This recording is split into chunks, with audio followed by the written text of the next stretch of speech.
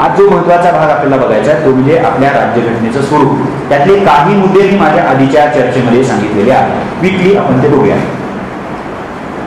भारत हा किंवा भारतीय राज्य हे कसल्या प्रकारचं राज्य आहे? डेमोक्रेटिक, लोकशाही आहे. कसली लोकशाही आपल्याकडं? अप्रत्यक्ष, इनडायरेक्ट. कसली लोकशाही आहे? रिप्रेझेंटेटिव्ह, प्रातिनिधिक. तिचा फॉर्म कसला आहे? पार्लमेंटरी, संसदीय. इथपर्यंत आपण आलेलो आहे. पण आता अजून एक त्याचं उत्तर आपण देणार आहोत की जे पहिल्या मुद्द्यामध्ये शिकायचं आपल्याला, की भारतीय कॉन्स्टिट्यूशन ही कुठल्या, म्हणजे what is the nature of Indian constitution किंवा भारतीय राज्यघटनेचं नेचर, स्वरूप लक्षात घेताना पहिला मुद्दा कुठला आपल्याला ठळकपणे अधोरेखित करावा लागतो, तर ते लिहिलेलं म्हणजे Indian constitution is liberal democratic in character. ती कशी आहे? उदारमतवादी, लोकशाहीवादी आहे. आता तुम्ही लोकशाही शब्दप्रयोग ऐकलाय, पण उदारमतवादी लोकशाही शब्दप्रयोग ऐकलाय का? तुम्हाला माहिती असेल तर मग मी चर्चा न करता पुढे जातो. उदारमतवादी लोकशाही. आता जेव्हा तुम्ही आज लोकशाही असा शब्दप्रयोग वापरता, उच्चारता, त्याचा अर्थच असा होतो उदारमतवादी लोकशाही. त्याचा दुसरा काही अर्थ होऊ शकत नाही. इतकं जे समीकरण आहे, लोकशाही इज इक्वल टू उदारमतवादी लोकशाही. तर ती उदारमतवादी लोकशाही काय आहे थोडंसं क्विकली पण थोडं विस्ताराने मी सांगणार आहे, कारण की अनेक ठिकाणी आपल्याला उपयोगाचं येणार आहे. 19व्या शतकामध्ये उदारमतवादी लोकशाही नावाचा शासन प्रकार युरोपात उदयाला आला. या शासन प्रकारामध्ये दोन तत्वांचा जणू मेळ घातलेला आहे, दोन बाबींचा मेळ घातलेला आहे. एका बाजूला उदारमतवादी असं म्हटलंय आणि दुसऱ्या बाजूला लोकशाही असं म्हटलंय. त्यांना सेपरेट करा परस्परांपासून. लोकशाहीचा अर्थ काय? रूल ऑफ पीपल असं म्हटलेलं आहे. आता डेमोक्रेसी असं म्हणतात, डेमॉक आणि क्रॅसी म्हणजे रूल ऑफ पीपल. पण त्यातली पीपल त्याचा एक अर्थ असाही लावलाय की रूल ऑफ पुअर पीपल असं म्हटलंय. ओके, म्हणजे लोकशाहीचा जर तुम्ही अर्थ लावायचा प्रयत्न केला तर ते लोकांचं शासन, असा सोपा अर्थ आपण घेऊया तुर्तास म्हणजे.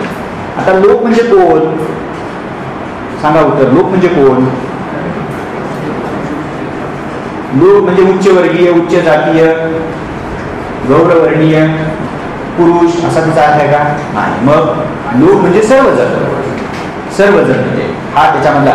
म्हणजे लोकशाहीच्या या अर्थातनं आपल्याला एक तत्व इंडिकेट होताना दिसतं. ते तत्व म्हणजे इक्वॅलिटी. सर्वजण, सगळे, आपण सर्वजण म्हणजे सहभागी असणार आहोत त्याच्यात. आपलं सर्वांचं ते असेल या अर्थानं तिथे इक्वॅलिटी नावाची गोष्ट येताना दिसते. सोपं करूया. आता उदारमतवादाकडे या. उदारमतवाद, उदारमतवाद ही एक विचारधारा आहे जी युरोपमध्ये उदयाला आली. 3 प्रक्रियांचा मी आधीच्या लेक्चरमध्ये उल्लेख केला होता. रेनेसा, पुनर्जागरण, रिफॉर्मेशन, धर्मसुधारणा आणि एनलाइटनमेंट, प्रबोधन. 3 प्रक्रियांचा आपण आधी थोडासा रेफरन्स घेतला होता. आता थोडक्यात मी त्याचा अर्थ सांगतो. तुम्ही इतिहासामध्ये हे सगळं शिकणार आहात, म्हणजे इतिहासात हा सगळा सिलेबस आहे तुम्हाला. ज्याला पुनर्जागरण असं म्हटलेलं आहे, रेनेसा असं म्हटलेलं आहे, त्याला शब्दशः सांगायचं असेल किंवा सोप्या भाषेत सांगायचं असेल तर it is rebirth of knowledge. Greek ज्ञानाचा पुनर्शोध आहे तो. तुम्हाला की ग्रीक ज्ञान काय भानगड आहे तर त्याच्या संबंधीच आता चर्चा केली ना आपण, म्हणजे की अरिस्टॉटलचा मुख्य विचार काय होता तर तो एका वाक्यात सांगता यायला पाहिजे की अरिस्टॉटलला ग्रीक समाजाला सभ्य बनवायचं होतं, उन्नत बनवायचं होतं, त्याची प्रगती करायची. म्हणजे अरिस्टॉटल कोणाचा विचार करत होता, कशाचा विचार करत होता? नगर राज्याच्या, मानवी समाजाच्या भल्याचा, कल्याणाचा तो विचार करत होता. अरिस्टॉटल धर्माचा विचार करत होता का? अरिस्टॉटल देवाचा विचार करत होता का? ईश्वराचा विचार करत होता का? अरिस्टॉटल स्वर्गाचा, नरकाचा विचार करत होता का? नाही. अरिस्टॉटलचा विचार हा, आता शब्दप्रयोग वापरतो, सेक्युलर होता.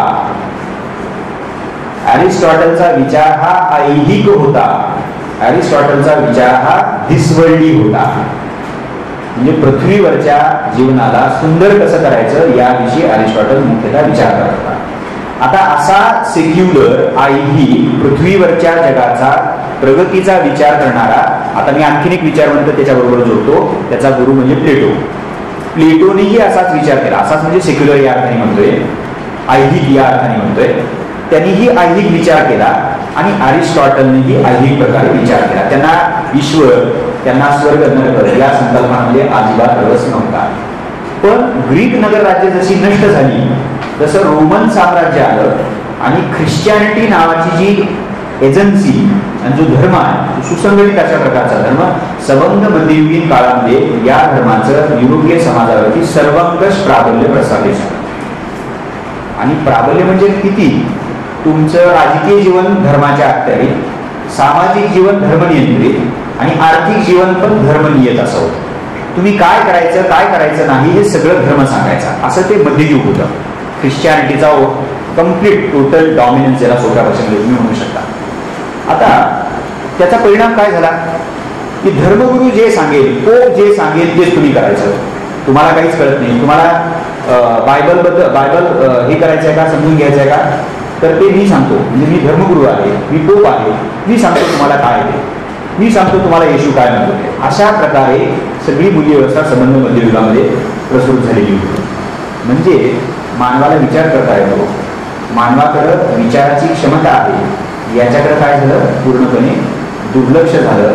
म्हणजे मानव हा विचाराच्या केंद्रस्थानी न राहता देव, स्वर्ग आणि नरकाची संकल्पना आणि संबंध धार्मिक व्यवहार हा विचाराच्या केंद्रस्थानी आला. याच्या विरोधामध्ये जणू युरोपमध्ये बंड निर्माण झालं आणि रेनेसा नावाची जी प्रक्रिया आहे, इटली म्हणजे कॉन्स्टँटिनोपलचा पाडाव झाला, ग्रीक लोक इटलीच्या द्वारा युरोपात पळाले आणि ते जात असताना त्यांना जो प्लेटो, अरिस्टॉटल, सॉक्रेटिस, प्राचीन ग्रीक वेगवेगळ्या तत्ववेत्यांचा विचाराचा जो ठेवा होता तो ठेवा सापडला.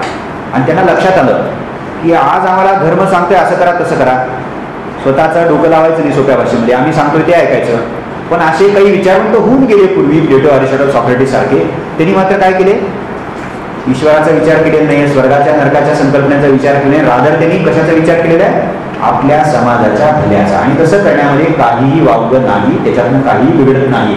हा कॉन्फिडन्स रेनेसा नावाच्या प्रक्रियेनं विचारवंतांना दिला. त्या रेनेसाचं एक अपत्य म्हणजे मॅकेवेली नावाचा विचार होता. मॅकेवेलीला ज्या मॅकेवेलीनं कसलं धाडस केलं?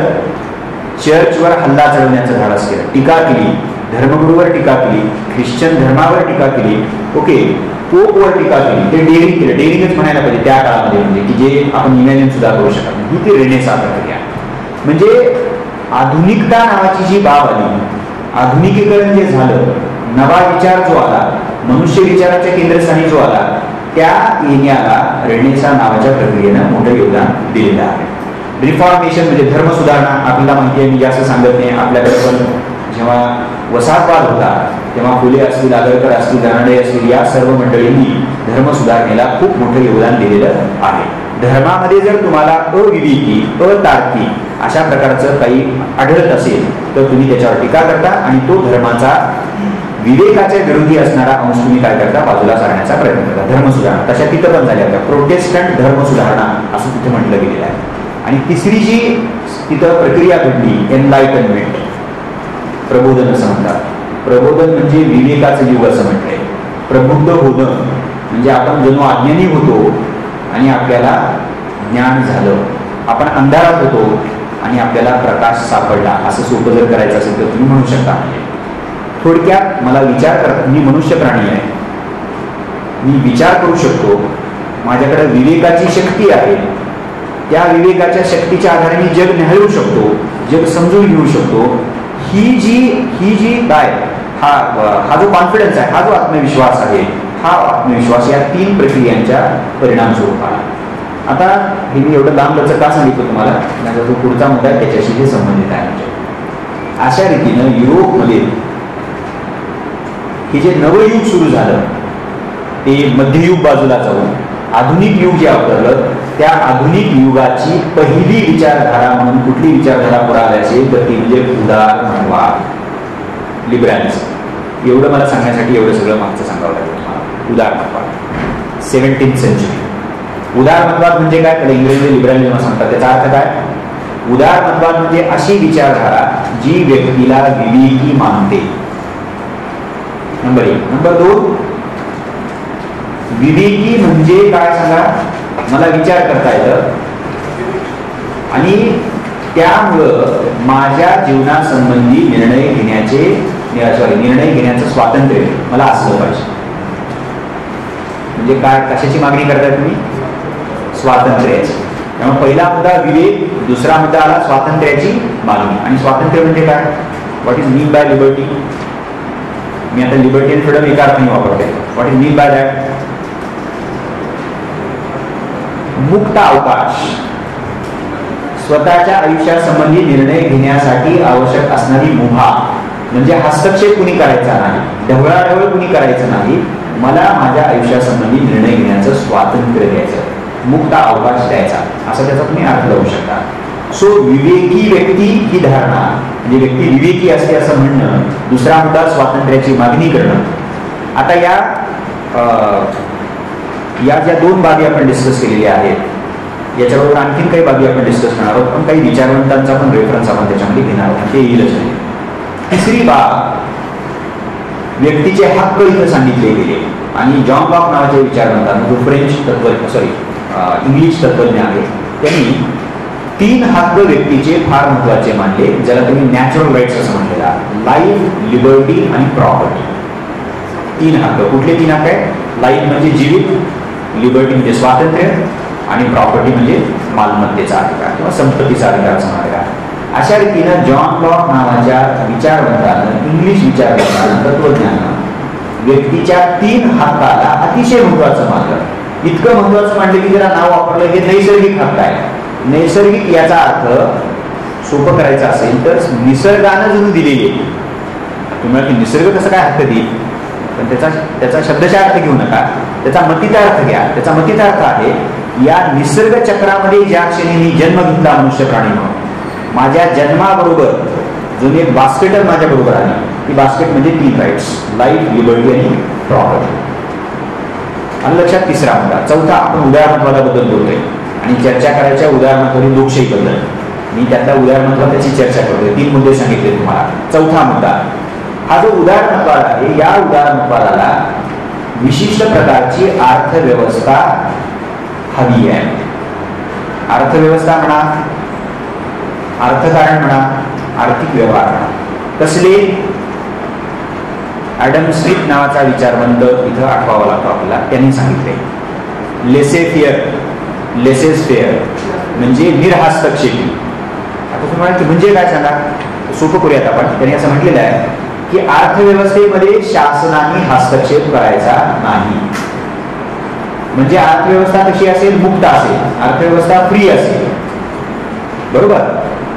आता ॲडम स्मिथ असं म्हणतो की अर्थव्यवस्था जर फ्री असेल तर भरभराट होईल, देशाच्या संपत्तीत वाढ होईल, असा आर्ग्युमेंट त्यांनी केलेला आहे.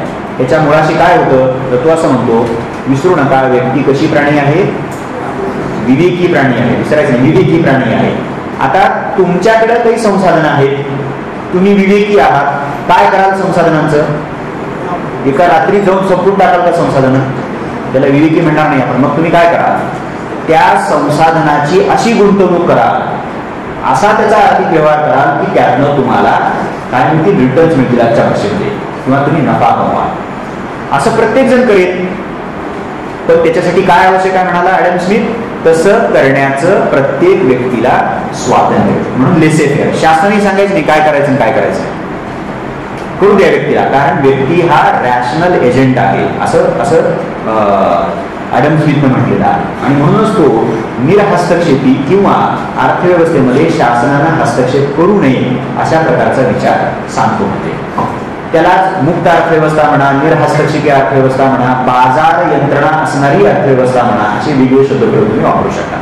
मग तुम्ही म्हणाल की उत्पादन कोण ठरवेल, किंमत कोण ठरवेल, याचे निर्णय कोण घेईल? तर ॲडम स्मिथने सांगितलं मार्केट घेईल. मार्केट म्हणजे काय सांगा? अशी एक जागा आहे जिथं आर्थिक व्यवहार होतात. मागणी ज्याची असेल त्याचं उत्पादन होईल, त्याचा पुरवठा होईल, आणि मागणी पुरवठ्याच्या नियमाच्या आधारे वस्तू आणि सेवांच्या काय करतील? किमती ठरतील. ओके. अशा प्रकारे कसली अर्थव्यवस्था उदारमतवाद सांगतो? निरहस्तक्षेपी उदार अर्थव्यवस्था, मुक्त अर्थव्यवस्था, व्यक्तीला खुलं आर्थिक स्वातंत्र्य देणारी अर्थव्यवस्था. चौथा मुद्दा सांगितला तुम्हाला. शेवटचा 5वा मुद्दा. या उदारमतवादाला कसलं राज्य आणि शासन हवं असतं, अभिप्रेत असतं. What kind of state and government does liberalism want? Quickly, वेळ न घालवता उत्तर देऊ.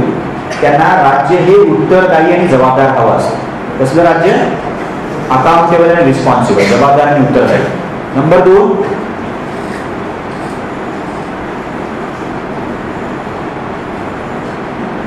त्यांना राज्य हवं असतं. आता तुम्हीच हुशारी करून पण उत्तर देऊ शकता मला. आधीचे जे काही 3-4 गोष्टी लक्षात घेतले ना ते लक्षात घ्या. म्हणजे काय म्हणाल तुम्ही? राज्य असं असलं पाहिजे की जे व्यक्तीच्या स्वातंत्र्याचं रक्षण करणार असेल, असं पण हुशारी करून सांगू शकता. म्हणजे लॉजिक करून तुम्ही सांगू शकता. नंबर 2. नंबर 3, वेगळ्या भाषेमध्ये राज्य असं हवं की जे समाजात कायदा सुव्यवस्थेची हमी देईल, लॉ आणि ऑर्डरची हमी देणं. आता लॉ आणि ऑर्डरची हमी देणं म्हणजे काय? त्याचा एक अर्थ तुम्ही असा लावू शकता की कुणीही व्यक्ती दुसऱ्या व्यक्तीला त्रास देणार नाही. खूपच सोपं करायचं असेल तर कुणीही व्यक्ती इतर व्यक्तीच्या स्वातंत्र्यामध्ये हस्तक्षेप करणार नाही. आणि जर तसं कुणी करण्याचा प्रयत्न केला तर राज्य तात्काळ त्याची दखल घेईल आणि त्या हस्तक्षेप करणाऱ्या व्यक्तीला बाजूला सारेल. म्हणजे ज्याच्या कार्यक्षेत्रामध्ये किंवा स्वातंत्र्यामध्ये हस्तक्षेप होत होता त्याला काय मिळेल? तिथं संरक्षण मिळेल. म्हणजे कायदा सुव्यवस्था तिथं आकारचे. म्हणजे जबाबदार आणि उत्तरदायी राज्य, स्वातंत्र्याचं संरक्षण करणारं राज्य, कायदा सुव्यवस्था हवालदार राज्य. आणि शेवटचा महत्वाचा शब्दप्रयोग मला सांगायचा आहे त्यांच्या राज्यविषयक आंदोलनामध्ये, तो खूप महत्वाचा आहे. उदारमतवाद ही विचारधारा राज्याला, शासनाला विकास कामामध्ये, विकास प्रक्रियेमध्ये कुठल्या प्रकारची भूमिका प्रदान करते? डेव्हलपमेंटमध्ये. 5व्या मुद्द्याबद्दल शिकतोय आपण, चर्चा त्याचीच चाललेली आहे. म्हणजे राज्याला किंवा शासनाला उदारमतवाद कसली भूमिका प्रदान करतो? तर ते आणखीन सोपं करण्यासाठी तुम्हाला किती मिळालं? विकासामध्ये कसली भूमिका आहे राज्याला? काय भूमिका उदारमतवाद विकास कामात राज्याला प्रदान करतो, शासनाला प्रदान करतो? पर्याय सांगतो. व्यापक, कमाल, हस्तक्षेपवादी भूमिका की मर्यादित, किमान, निरहस्तक्षेपी भूमिका? हा, आता कळलं तुम्हाला. मर्यादित भूमिका, किमान भूमिका आणि निरहस्तक्षेपी भूमिका. मग तुम्हाला प्रश्न पडला पाहिजे आणि उत्तर पण मिळालं पाहिजे. मग कमाल भूमिका कोणाची असेल? मध्यवर्ती भूमिका कोणाची असेल विकासात? कुणाची?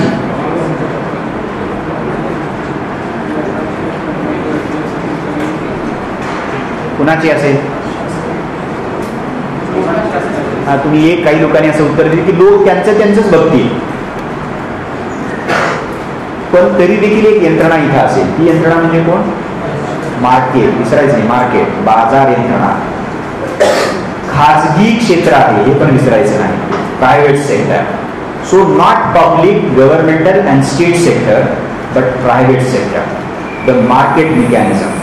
आणि इंडिव्हिज्युअल्स म्हणजे प्रायव्हेट इंडिव्हिज्युअल्स, याला ॲडम स्मिथनं महत्त्व दिलेलं आहे. 91 नंतर आपण जेव्हा म्हणतो की उदारीकरणाचा स्वीकार केला आम्ही, काय झालं बघा? 91 नंतर आपल्या राज्याचा आकार वाढला का कमी झाला? शासनाचा आकार वाढला का कमी झाला? कसं काय वाढला? कुठे वाढला? काय राज्य जास्त झाली म्हणजे राज्याचा आकार वाढला असं नाही. म्हणजे घटक राज्यांची संख्या वाढली. म्हणजे मी जेव्हा राज्याचा आकार वाढला किंवा कमी झाला असं विचारतो तेव्हा विकास कामातील भूमिकेबद्दल बोलल्या. कमी झाला, डाऊनसाईज केलं असं म्हणतात त्याला. डाऊनसाईज करणं, रोल बॅक करणं. विकासामध्ये 91 पर्यंत भूमिका राज्याची खूप मध्यवर्ती होती, शासनाची मध्यवर्ती होती, सार्वजनिक क्षेत्राची मध्यवर्ती होती. पण 91च्या LPG पॉलिसी बरोबर तुम्ही काय केलं? शासनाला सांगितलं आता प्रायव्हेट सेक्टरला अग्रक्रमाने येऊ द्या, प्रायव्हेटाईज करा. हे शिकलोय ना आपण. म्हणजे तुम्ही इकॉनॉमिक्समध्ये आणखी डिटेल्स लिहिले, तुम्ही डेफिनेटली शिकाल. 5 मुद्दे मी उदारमतवादाचे सांगितलेले आहे. बरीच चर्चा मी केली त्याची, पण परमनंटली लक्षात ठेवा. उदारमतवाद म्हणजे युरोपात उदयाला आलेली अशी विचारधारा जिची 5 वैशिष्ट्ये आपण लक्षात घेतली. पहिलं, व्यक्ती विवेकी असते अशी धारणा. नंबर 2, विवेकाच्या आधारे स्वातंत्र्याची केलेली मागणी. नंबर 3, नैसर्गिक हक्काचा विचार आणि महत्व, जीवित स्वातंत्र्य आणि मालमत्ता. मालमत्ता फार महत्वाची आहे, तिच्यावरती गोल करा. ते फार त्यांच्या जीवाभावाचं आहे. त्याच्यात काहीही एंटरटेनमेंट करायला ते तयार होत नाहीत. म्हणजे तुम्ही जर खाजगी मालमत्तेबद्दल असं म्हणाल की नाही खाजगी मालमत्तेवरती आपण जरा टाच आणायला पाहिजे, निर्बंध आणायला पाहिजे, तर उदारमतवाद कधीही एंटरटेन करणार नाही. त्यांना खूप प्रिय आहे तो हक्क, ते स्वातंत्र्य फार प्रिय आहे त्यांना. कुठलं? मालमत्तेचं. खाजगी मालमत्तेची जी संस्था आहे, तो जो हक्क आहे, तो उदारमतवादाला खूपच प्रिय आहे. खूप सोपं करून सांगण्याचा प्रयत्न करू, लक्षात काय सोपे राहून. त्याच्यानंतर आपण म्हणालो अर्थव्यवस्था ही बाजाराभिमुख, उदार आणि निरहस्तक्षेप खाजगी क्षेत्राला वाव देणार, आणि राज्य हे जबाबदार, उत्तरदायी, कायदा सुव्यवस्था सांभाळणारं, व्यक्तीच्या स्वातंत्र्याचं रक्षण करणारं, आणि शेवटी म्हणजे विकास कामामध्ये मात्र राज्याला मर्यादित भूमिका, कमी भूमिका, किमान भूमिका प्रदान करणार. याच्यात काही शंका आहे का बघा आता? हा, लोकशाही म्हणले की हा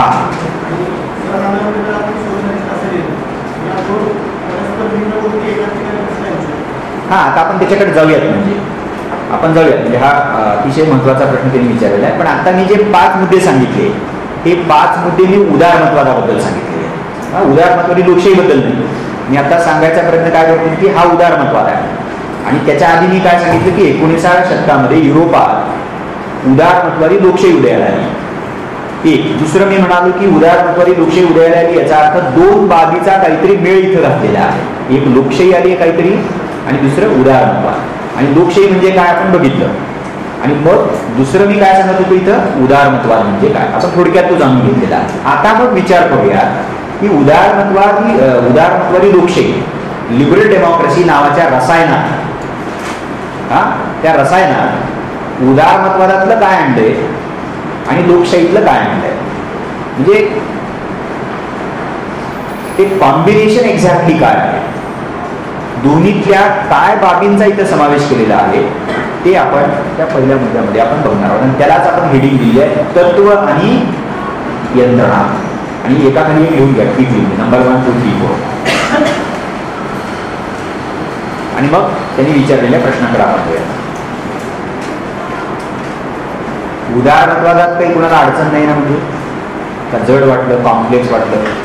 सुरुवातीला वाटणार तुम्हाला, ते पहिल्यांदाच ऐकत असणार काही शब्द करून. काही विद्यार्थी बाकीच्यांना माहिती असणार ते एकदम पहिल्यांदाच आलेली आहे उदारमतवाद. पण 5 तत्व घरी जाऊन पुन्हा पुन्हा वाचायची, म्हणजे मग कळायला लागेल तुम्हाला. तुमचं ऐकून पण ते समजणार.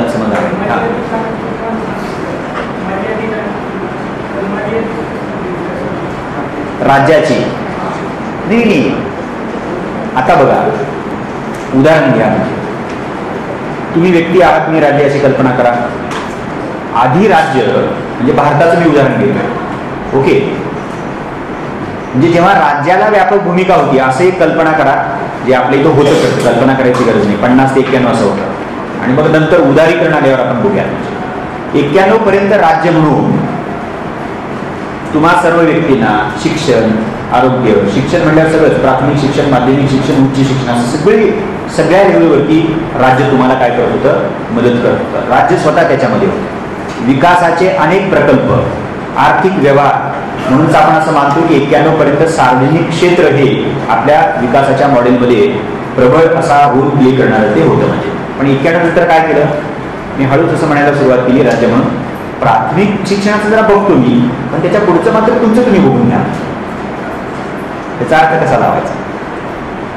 याचा अर्थ राज्य म्हणून ही संस्था व्यक्तीला असं म्हणू पाहते कुठतरी की व्यक्ती हो, आता माझ्या खिशातले पैसे संपलेले आहेत, तुम्ही विवेकी आहात, तुम्ही संसाधनं प्राप्त करा, मिळवा, आणि तुम्ही तुमचा विकास करून घ्या.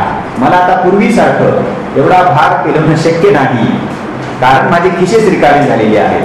आता तुम्ही जरा खाजगी क्षेत्राकडे बघा, मग इथले खाजगी क्षेत्रवाले येतील, बाहेरच्या कंपन्यांना तुम्ही बोलवा. आता हे सगळं गेल्या 20 वर्षामध्ये आपण हे अनुभवतोय आपण सगळं. ओके, तर या अर्थानं उदारमतवादात व्यक्तीचा विवेक, व्यक्तीचा आर्थिक स्वातंत्र्य, त्यावर आधारित बाजार यंत्रणा जी मागणी पुरवठ्यावर चालते, आणि बाजार यंत्रणेचा अदृश्य हात याला महत्व देऊन त्यावरच विकासाची जबाबदारी ठेवलेली आहे. आणि रादर ॲडम स्मिथ असं मानतो की हे जर का असं केलं तर समाजाचा विकास हा आपोआप होईल, तिथं शासनानं हस्तक्षेप करायची गरज नाही. म्हणून मग शासनाला कशाला विकास कामामध्ये भूमिका द्यायची, कमाल भूमिका द्यायची नाही, तर उलट काय करायचं, बाजार यंत्रणा जी आहे, प्रायव्हेट सेक्टर जे आहे ते काय म्हणता येईल त्याला, ते फ्लरिश होईल, त्याचा उत्कर्ष होईल याची काळजी घ्यायची कुणी, स्टेटनं. कायदा पाहिजे, कायदा करायचा, बरोबर आहे, ते सगळं राज्यांनी सपोर्टिव्ह करायचं. पण स्वतः मात्र विकास कामामध्ये पूर्वीप्रमाणे तितक्या ऍक्टिव्हली सहभागी व्हायचं नाही. हा जो परिणाम आहे कॅनोनच्या पॉलिसीने जो झालेला आपल्या बाबतीमध्ये तो स्पष्टपणे लक्षात घ्यायला पाहिजे. ओके, आता मग ते जे लिहून घ्या असं म्हटलं, पटकन लिहून घ्या, मग आपण चर्चा करू त्याच्यामध्ये. म्हणजे लोकशाहीसोबत जोडलं, शासनाचं महत्व कमी होऊन खाजगी क्षेत्रातले नाही, अजून त्याच्याकडे आलेलं नाही आपण. आधी मी लिहून दिलेलं लिहून घेऊया, सॉरी जे मी लिहून देणार आहे ते लिहून घेऊया, मग दोन्हीला कंबाईन करून काही प्रश्न असेल तर घेऊयात आपण. दुसरं केवळ उदाहरणत्वादाबद्दल आता मी थोडंसं त्याला स्टिक करतो मी. हां, लोकशाही उदाहरणत्वादी आपण म्हणतो, पण आपली लोकशाही समाजवादी नाही, त्यांनी तोच प्रश्न विचारला की आपल्या सरनाम्यामध्ये समाजवाद असा शब्दप्रयोग आहे, मग ते कसं बघायचं. आता आधी उदाहरणत्वादी लोकशाही तर बघूया, मग जाऊयात पुढं काय त्याच्याकडे. ओके, कारण मी आता सांगत होतो की उदारमतवादाबद्दलच सांगत होतो, बरोबर. आता मग त्याच्याकडे नंबर 1 पहिल्या मुद्द्यामध्ये आपण लिहून घेतोय संमतीवर आधारित शासन, संमतीवर किंवा लोकसंमतीवर आधारित शासन. नंबर 2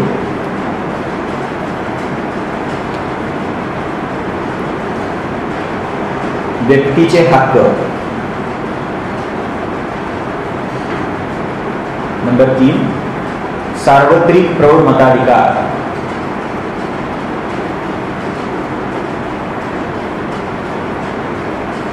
नंबर 4 घटनात्मक शासन.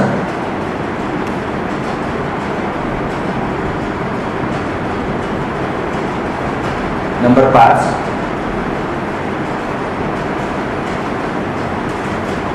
सार्वजनिक अधिकार पदे. सार्वजनिक अधिकार पदे सर्वांसाठी खुली.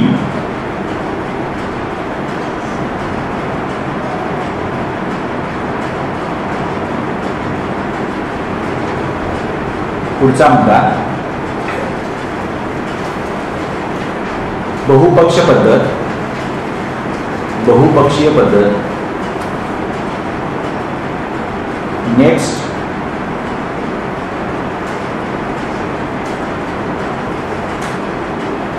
बहुमताचे शासन, बहुमताचे शासन.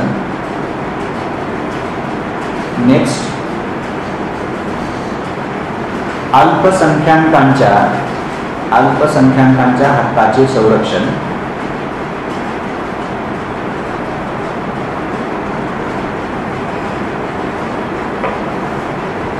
आणि नेक्स्ट स्वतंत्र न्यायव्यवस्था.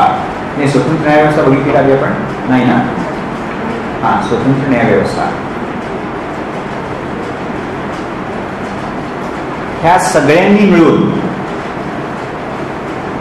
बनतं उदारमतवादी लोकशाहीतलं तत्व आणि यंत्रणा हे प्रकरण असं बघूया. This is what we know as liberal democracy. Quickly एक बघूयात आणि मग आपण प्रश्न करतो. पहिला मुद्दा काय सांगा, लोकसंमतीवर आधारित शासन म्हणजे government based on consent of people. त्याचा अर्थ काय, लोक रूलर्सची निवड करतील. ओके, जोपर्यंत रूलर्सना म्हणजे शासकांना लोकांची संमती असेल, पाठिंबा असेल, तोपर्यंत ते सत्तेत राहील, असं त्याचा सरळ अर्थ आहे. म्हणजे कसलं शासन, मी मगाशी पण उदाहरणार्थ एक मुद्दा सांगताना हे स्पष्ट करू पाहतो.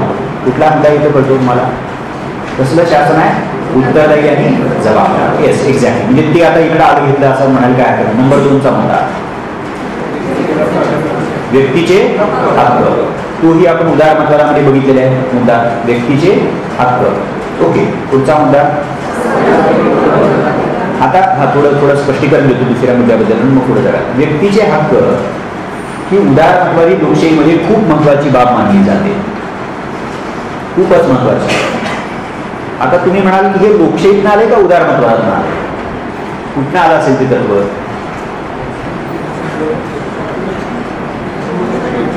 हक्क हे कुठून आलेले आहे म्हणजे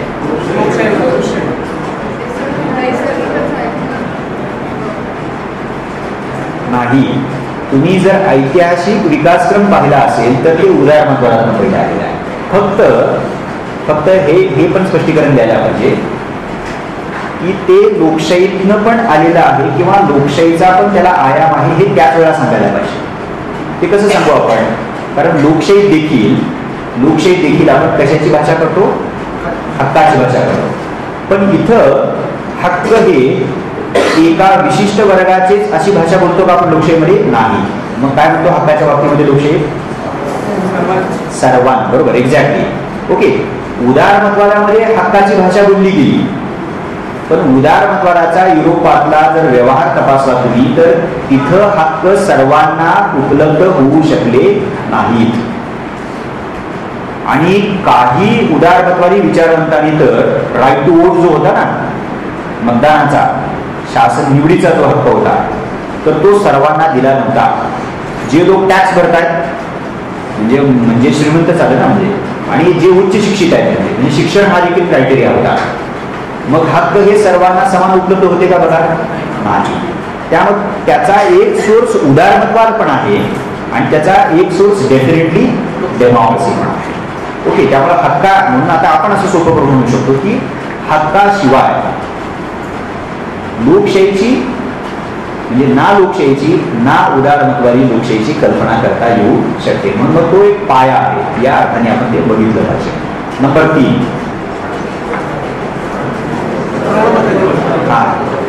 सार्वत्रिक प्रौढ मताधिकार.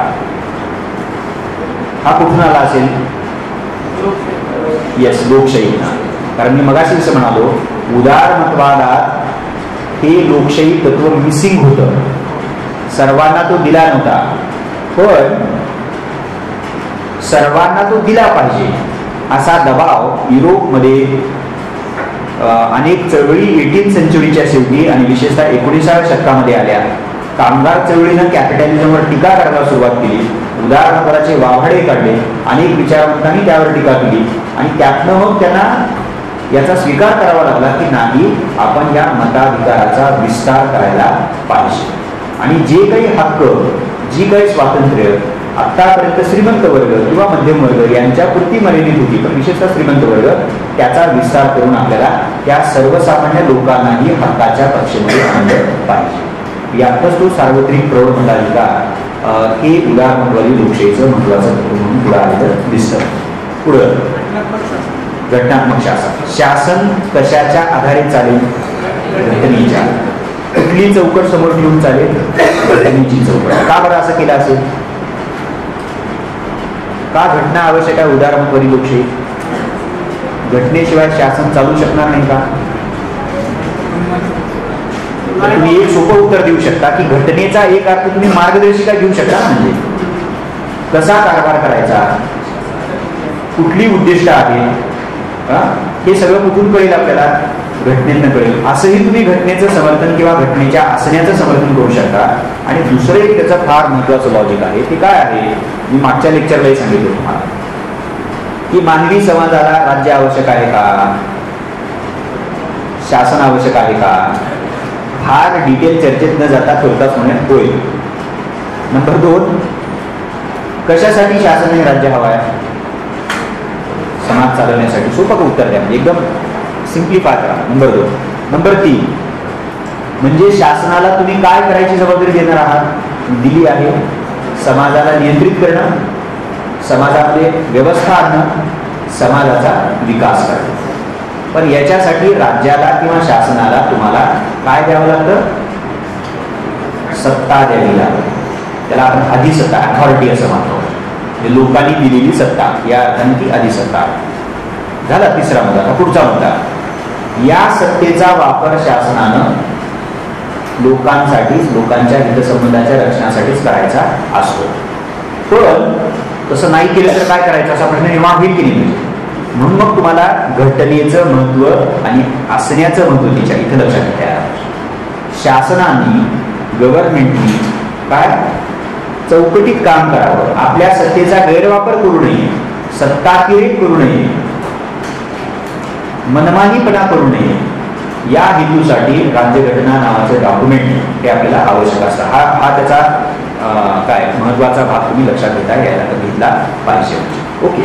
सो घटनादत्त शासन ही फार महत्वाची गोष्ट आहे. सत्तेला व्यसन घालणं असं म्हणायला काही हरकत नाही. शासनाच्या सत्तेला नियंत्रित करणं आणि तिला विशिष्ट पद्धतीनं एक्झिक्यूट करायला लावणं, युटिलाइज करायला लावणं हा तो त्याच्या मागचा तर्क आहे. पुढं बहुपक्षीय पद्धत म्हणजे तुम्हाला तुमच्या आवडीनुसार निवडीनुसार पक्ष स्थापन करता येतो. परिणामी अनेक पक्ष तुमच्या व्यवस्थेमध्ये असू शकतात. या अर्थाने बहुपक्षीय पद्धती. पुढे चला. बरोबर. म्हणजे जी सार्वजनिक पदं असतील पब्लिक ऑफिसेस मिळतात ती कुणाचीही मक्तेदारी असणार नाही. ती सर्वांसाठी काय असतील खुली असतील. त्याच्यासाठी तुम्हाला समान पद्धतीनं स्पर्धा करता येऊ शकेल. त्या स्पर्धेमध्ये सहभागी होता येऊ शकेल. पुढं म्हणजे रूल ऑफ मेजॉरिटी म्हणजे निवडणुका होतात, उमेदवार विजयी होतात, मग बहुमत मिळतं आणि त्या बहुमताच्या म्हणजे बहुमत मिळालं याचा अर्थच काय बघा. आपल्या लोकसभेमध्ये तो आकडा आपण डिफाईन केलेला आहे. ओके. म्हणजे बहुमत मिळालं याचा अर्थ तुम्हाला बहुसंख्य लोकांनी सरकार चालवण्यासाठी तिकडे पाठवलेलं आहे. मग सत्ताधारी पक्ष जे करेल ते बहुमताचं शासन या तत्वाआधारे जस्टिफाय करण्याचा प्रयत्न केला जातो. आणि हे चक्क फॉर्मली घडतं लोकशाहीमध्ये. म्हणजे म्हणून तर शासन म्हणतं ना म्हणजे की नाही लोकांनी आम्हाला पाठवलेलं आहे. ओके. हा दावा का करतं कारण ते असं म्हणते की आम्हाला मॅन्डेट मिळालेला आहे, बहुमताचा पाठिंबा आहे आम्हाला. म्हणजे तो एक अधिकारच आपल्याला प्राप्त आणि तो नुसता लिगल कॉन्स्टिट्युशनल नाही, ते नैतिकच अधिकार आपल्याला प्राप्त झालेला आहे अशी परिभाषा ते करतात. ओके. पुढं त्याच्यामुळे केलेलं आहे. जर लोकशाही बहुमताचं शासन असणार असेल, बहुमतानुसारच कारभार केला जाणार असेल तर त्याच्यात एक धोका कायमच आहे.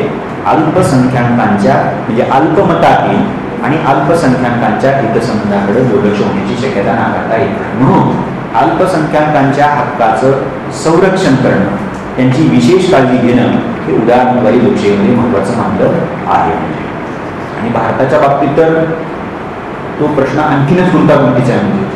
कारण आपल्या इथं अल्पसंख्य ही कॅटेगरी संख्येच्या आधारे आहे का? लोकशाहीमध्ये संख्येच्या आधारे असते असं आपण कुठेतरी गृहीत धरू.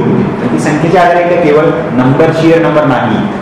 म्हणून आपल्या घटनेने देखील दोन प्रकारचे अल्पसंख्य रेकग्नाइज केलेले आहेत. एक म्हणजे धार्मिक अल्पसंख्याक आणि दुसरं म्हणजे भाषिक रिलिजियस अँड लिंग्विस्टिक मायनॉरिटी.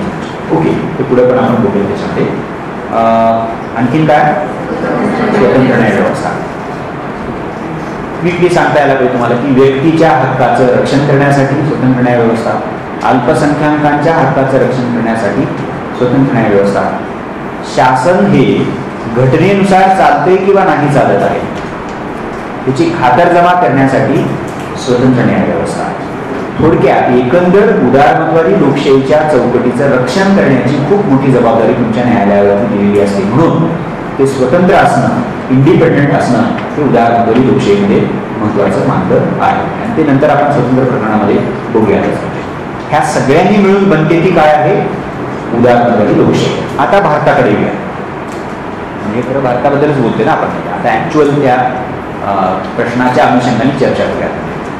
भारतामध्ये लोकशाही आहे आणि भारतीय लोकशाहीचा पोत, भारतीय लोकशाहीचं स्वरूप जर तुम्ही बघितलं तर ते उदारमतवादी लोकशाही आहे. याच्यामध्ये कुठल्याही प्रकारची शंका घेण्याचं कारण नाही आहे. तसं ते पहिलं वाक्य. आता दुसरं वाक्य. परंतु ही लोकशाही केवळ किंवा शब्दशः युरोपीय उदारमतवादी लोकशाही सारखी नाही, तशीच नाही. केवळ तशीच नाही. म्हणजे उदारमतवादी लोकशाहीची तत्वानी यंत्रणा भारतात आढळतात, भारतीय राज्यघटनेत आणि लोकशाहीत आढळतात. पण त्याच्याबरोबरनं आणखीन काहीतरी आहे. आणखीन काहीतरी भारतीय लोकशाहीमध्ये तुम्हाला पाहायला मिळतं. ते आणखीन काहीतरी काय आहे? आता आपण आणखीन घटनेचा विचार फारसा केलेला नाहीये, चर्चा अजून केलेली नाहीये. पण मी मागच्या लेक्चरमध्ये काहीतरी बोललोय या बाबतीमध्ये. या भाषेत मी बोललेलं नाहीये. पण असं काहीतरी मी चर्चा केली की ज्याचा संदर्भ आता इथे घेता येतो, जे जोडता येतं आताच्या चर्चेला. मी फंडामेंटल राईट्स आणि डायरेक्टिव्ह प्रिन्सिपल बद्दल चर्चा केली आहे. डायरेक्टिव्ह प्रिन्सिपल्सची चर्चा करताना मी समारोप एका वाक्याने केला होता. तुम्ही कदाचित लिहून घेतला असेल किंवा लक्षात ठेवला असेल. कसलं वाक्य होतं बघा, DPSPचा समारोप करणारं वाक्य होतं. 2-3 वेळा मी म्हटलं होतं वर्गामध्ये.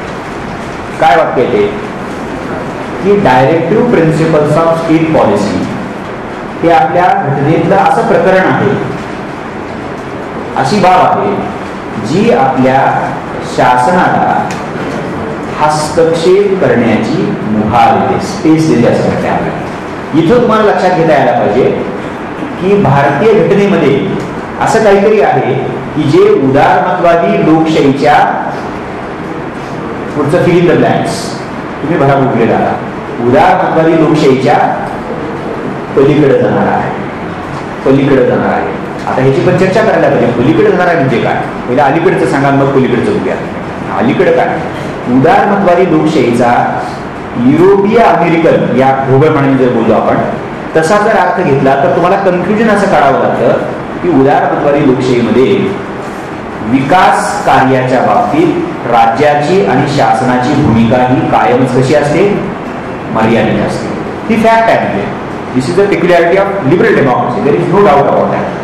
पण भारतात तसंच आहे का, तसंच नाहीये. बरोबर, तुम्हाला असं काहीतरी अशी एक स्पेस आहे, असं काही एक भाग आहे आपल्या घटनेचा, अशा काही तरतुदी आपल्या घटनेमध्ये आहेत. त्या तरतुदी म्हणजे DPSP आहे, directive principles of state policy.